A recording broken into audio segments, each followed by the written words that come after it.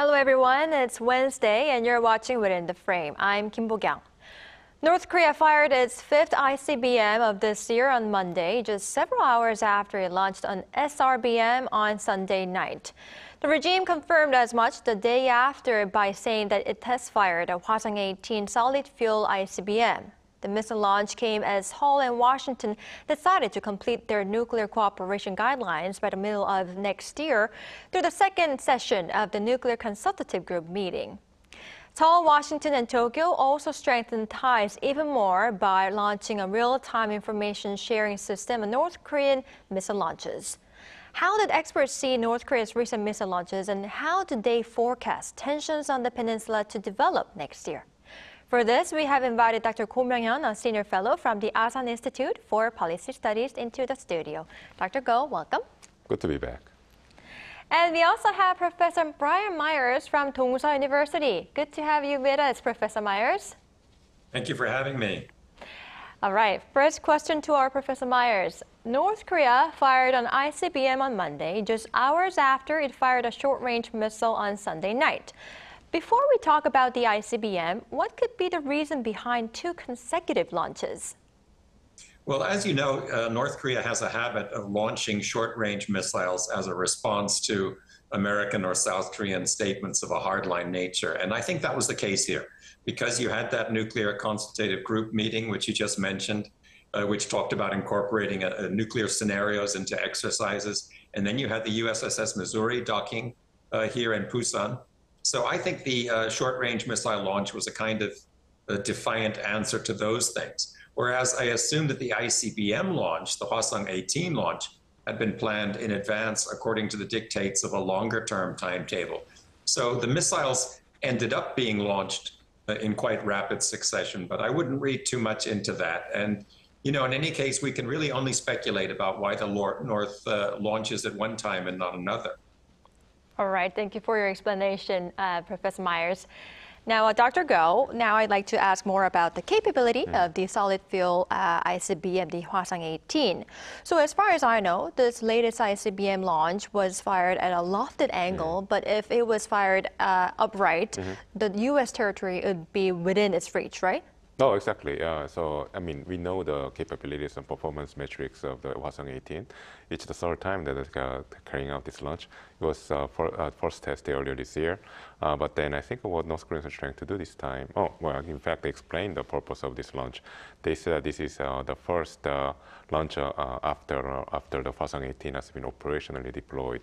So according to the North Korean sources, Hwasong-18 is no longer under development. It's, in fact, the development process has been completed.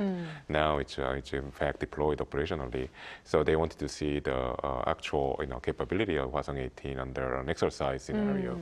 And but then in terms of hard performance metrics, isn't that different from what we have seen before? So this time around, the Hwasong-18 launched at the right angle, reached the altitude of 600 kilometers or so, which is similar to the height that it reached in the previous times.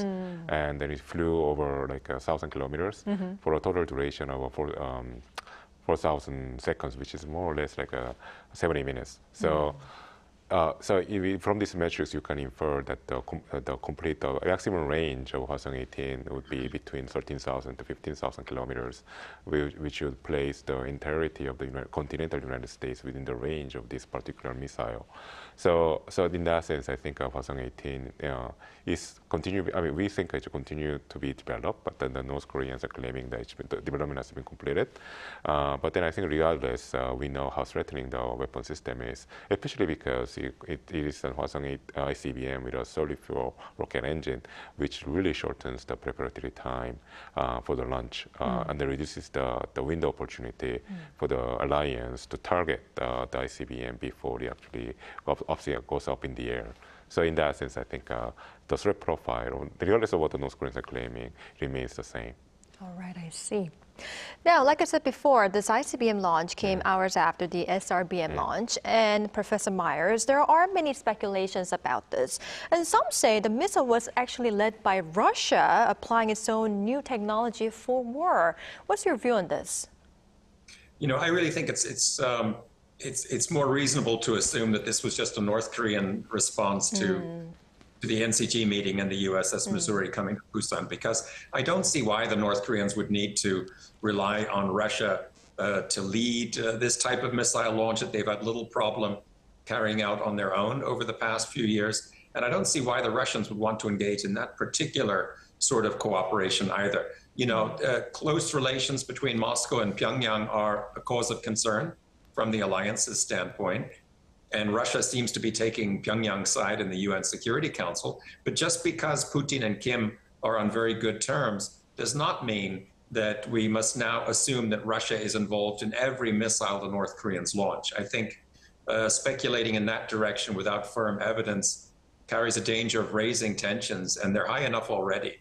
Right, I see. So there's no reason for North Korea to depend on Russia when it comes to launching SRBM. All right. Now, Dr. Go, to reasons behind such back-to-back missile launches, our Professor Myers already mentioned the NCG meeting. It was actually the second session of the meeting, and there they agreed to complete the guidelines of the planning and operating the shared nuclear strategy. Could you tell us more about this? So, the principal deputy national security advisor Kim Tae-yo explained that as a result of the second session of the NCG meeting, South Korea has been able to increase its so-called nuclear IQ. So what it means is that South Korea has picked up important know-hows about how to incorporate the nuclear warfare scenario in case of contingency, as well as understanding how the United States is going to use nuclear weapons in case of in case of conflict in the Korean Peninsula. So in that sense, I think it really reflects something that the South Korean side has been asking the United States to provide for a long time. And so I think this really makes the South Korean preparation against North Korean nuclear threats much more credible. And this is very important. It's all about deterrence. So by demonstrating to the North Koreans that we understand how to use nuclear weapons in an operational scenario, that means that we know how to respond to potential use of nuclear weapons by North Korea. And thirdly, that means that we know how to respond jointly against the North Korea's nuclear threat. So it really increases the price or like the deterrence cost on the part of North Korea. So it has a deterrence value. And then more operationally, I think the Deputy Advisor, National Security Advisor Kim Tae-yo also remarked that the South Korea and the United States are going to have conventional nuclear integration, and as well as deploying so-called combined nuclear weapons. I think what he really meant is not so much a weapon, but a combined nuclear response. So what it means is that it's not like the South Korea and the United States are going to jointly develop a new nuclear weapon. That's not the case. United States is not developing any new nuclear weapon system. They're modernizing the existing ones. So in that sense, I think what it means is that the South Korea and the United States are going to have a joint know-how and going to coordinate closely when it comes to the use of U.S. nuclear weapons in the Korean Peninsula. So which is a hypothetical scenario anyways. And again, we need to make it very sure that ultimately the decision to use nuclear weapons lies solely with the President of the United States. So in that sense, I think what it really meant is that there's a very complex and a realistic operational plan now in place to respond to North Korea's use of nuclear weapons in case of a conflict. So I think, again, this is all about raising the deterrence against North Korea. And in that sense, I think the North Koreans are going to feel the pain. And then because they're going to make them spend more time and effort to prepare to a scenario where the South Korea and the United States have a full preparation, full capability to respond to their threats. All right, I see. Now, adding on to what our Dr. Go said, Professor Myers, Seoul and Washington also agreed to incorporate nuclear operation scenarios in next year's Allied military exercises for the first time. Could you tell us what this is about? Yeah, in broad brushstrokes, yeah, even nuclear operations need to be carried out in coordination with conventional forces, conventional assets, because they need to provide support and security for the nuclear operations. And the Americans and South Koreans haven't rehearsed that kind of coordination before, because the plan was always for America to handle the nuclear side of its things completely on its own. And since the Washington Declaration from last April, the plan, according to Kim Tae-yo as well, is for the two allies to prepare and execute together. So naturally, that means incorporating nuclear scenarios into joint exercises, of which there are going to be many different types of scenario. And I think this will be largely a matter of tabletop exercises, computer simulations, that kind of thing, for obvious reasons. But even so, if these joint exercises do incorporate a nuclear dimension, I think we're going to see the North Koreans protesting especially loudly in the run-up to the exercises. So a sharp increase in tension is something the two allies are going to have to be prepared for. All right. Now, as our Dr. Go already mentioned, all of these details regarding NCG were actually shared by Principal Deputy National Security Advisor Kim Tae-ho. And he said that South Korea will coordinate bilateral and trilateral measures with the United States and Japan if North Korea continues to engage in provocations. But what could those measures be? So I think the overarching, I'll say like a theme here, as Deputy National Security Advisor Kim Tae-ho mentioned, is as Professor Maya said, is adding the nuclear dimension to the operational plans.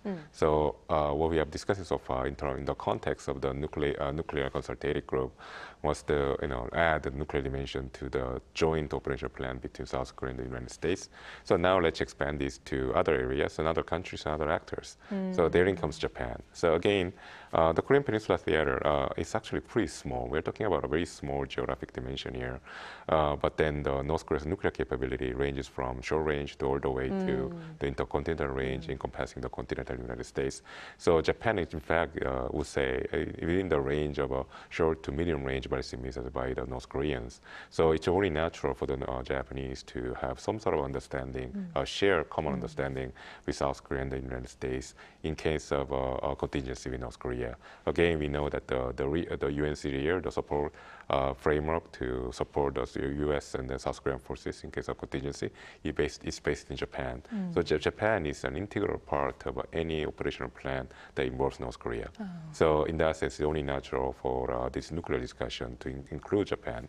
So when it comes to the operational implementation of such discussions, again, there's one peculiarity about the Japanese participation. Japan, in contrast to the South Koreans, the public in Japan are pretty opposed to the idea of use of nuclear weapons by any means, offensively or defensively.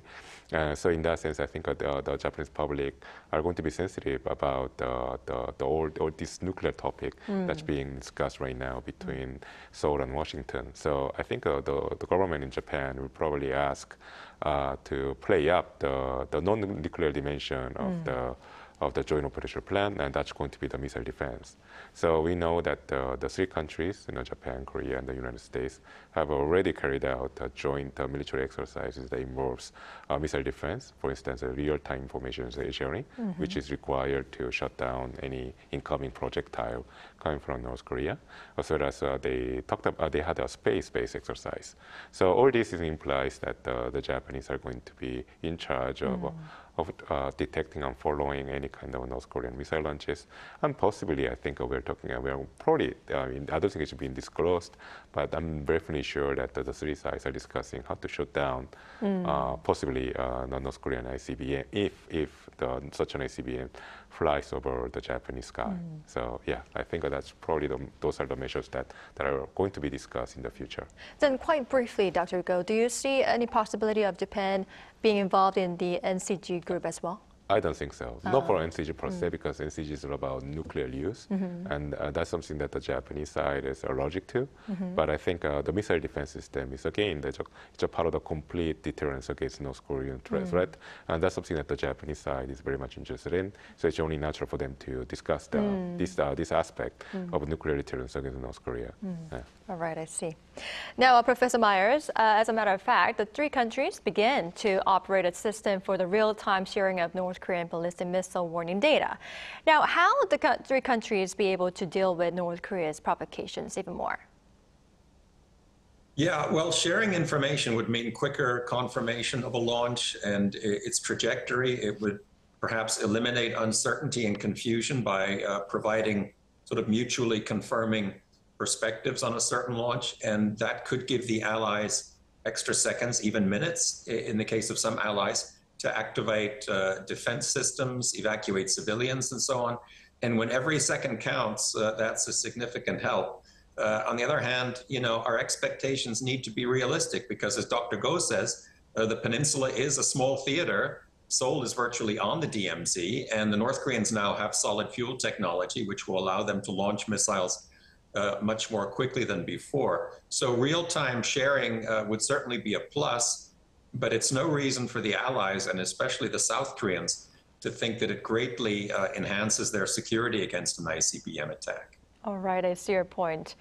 Now, Seoul and Washington bolstering nuclear cooperation is, of course, like our Professor Myers says, one of the reasons behind North Korea's provocations. But Dr. Go, Sunday, as we all know, marked the 12th anniversary of the death of former North Korean leader Kim Jong-il, and that could also be one of the reasons.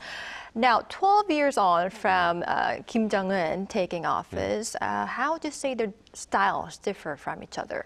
Well, we know that Kim Jong-un came to power trying to portray himself as a new leader of North Korea with a much younger style, much more, I would say, open or international, we'll even say.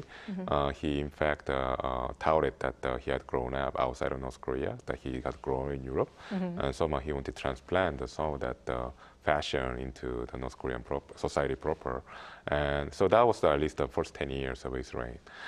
So he tried to, I think aspired to modernize the country much more so than his father ever tried to. So in that sense, you can say that each of the North Korean leader reflected their own age, so to speak. So Kim Jong-il was also young one day, but then eventually when he assumed power, he's already old. So he became very conservative. I mean, he tried to continue with his own father's governing style, so to speak. Not completely the same, but in a sense, I think Kim Jong-il saw himself as more of a guardian of the North Korean values and principles, whereas Kim Jong-un is different in the sense that he wants to reform them.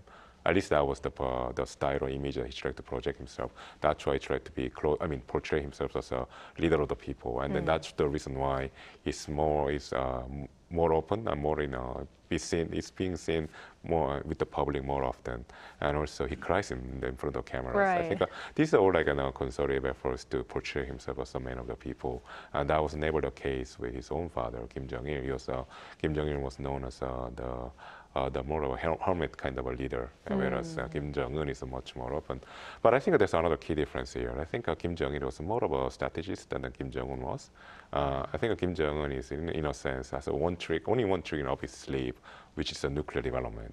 Whereas Kim Jong-il, was leader of North Korea at a much tougher time. That was after the collapse of the Soviet Union, which led to the complete cut off of the assistance coming from the Eastern Bloc, and also the country suffering underwent economic crisis and social crisis. So in that sense, I think, but Kim Jong-il was able to somehow preserve the regime and pull the country out of this crisis and somehow pave the way for the succession, which is Kim Jong-un's leadership. So in that sense, I think Kim Jong-il was much more deliberate and careful strategist than Kim Jong-un is right now. So the other key difference is that Kim Jong-il happened to be more patient. I think Kim Jong-un is very impatient despite his young age. He has plenty of time ahead, but then I think he tries to achieve a lot of things in a very short span of time. And that led to the failure of the Hanoi talks in 2019. And who knows, maybe the current course of a nuclear development may eventually fail because he's putting too many eggs in one basket, which is a nuclear development. All right, interesting. Thank you for the comparison, Dr. Go. Now, we are running out of time, but I'd like to ask this question to our Professor Myers. With North Korea firing missiles and Russia, North Korea, and China aligning more than ever before, the tension on the peninsula is definitely growing. How do you forecast it to be in 2024? Well, it's a tough call because there are so many variables. I think primarily the war in Ukraine is a variable, but it's worth pointing out, I want to sort of strike a positive balance. It's worth pointing out that we haven't seen a North Korean assault on Allied forces since the mine incident in 2015 that maimed those 2 South Korean soldiers. So, of course, North Korea continues to violate UN and US sanctions by launching missiles.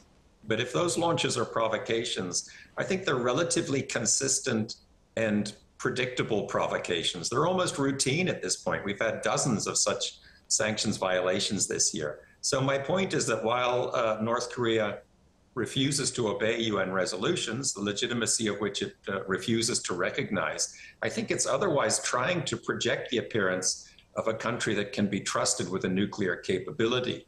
Now, we can question that pose, of course, but still, I would be surprised if North Korea goes beyond missile launches and engages in provocations against the South Korean military, which, as I say, we saw quite a few of up to 2015.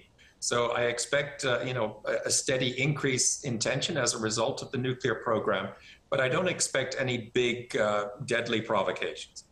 All right, I see your point, Professor Myers. Now, quite briefly, Dr. Go, I'd like to ask your opinion as well. So I think, no, I pretty much agree with Professor Myers when it comes to localized provocations. I think the North Koreans are going to stick to the major provocation or strategic provocations that involve strategic weapons. My concern is that North Korea might finally carry out the much anticipated and delayed seventh nuclear test. I think the North Koreans are they're probably concerned that they have concern about the Chinese behavior. I think they've been relying on this idea that there's a new Cold War developing in the region. There's a clear blocks forming. South Korea, Japan, United States on one hand, and then on the other hand, there's North Korea, China, and Russia.